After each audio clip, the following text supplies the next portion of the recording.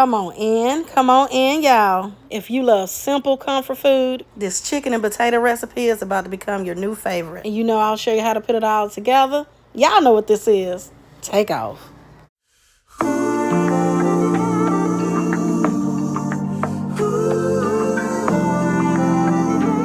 Let's go ahead and get started and go with the ingredients. I'll be using boneless, skinless chicken thighs. We have our potatoes. I'll be using 2 cans of golden mushroom. We'll be needing some chicken broth. And of course, you know I gotta have some onions, bell peppers, and some garlic. And I have a full list of all the ingredients down below in the description box. Let's make it. I know I say it all the time, y'all, but this is an easy recipe. Adding in our potatoes. I'm gonna keep those in similar size so everything will cook evenly. I'm adding in onions and bell peppers and some garlic. Feel free to use any veggies that you like. Go in and season everything up to your liking. I'm using an all-purpose seasoning. It's going to have my salt, pepper, onion powder, garlic powder in it.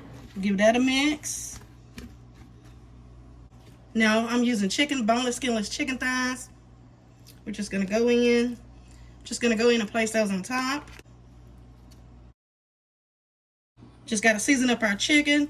And again, I'm using the all-purpose seasoning, ultimate garlic seasoning, and some paprika, and remember to season to your taste. But remember, we're using the 2 cans of the golden mushroom soup. They have salt in it, so just be mindful of your salt. I'm using about a half a cup of chicken broth. Go ahead and add in your golden mushroom. And again, I'll be using 2 cans.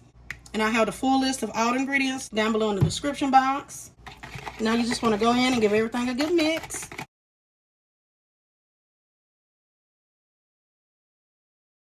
Now just pour over your golden mushroom across the top, all over your chicken.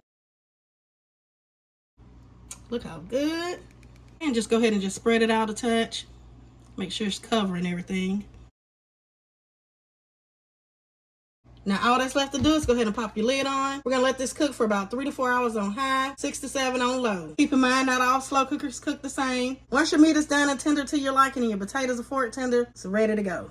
And I'll come back and show y'all what it's looking like. And here it is, y'all. Smells good. It looks good. You gotta make it.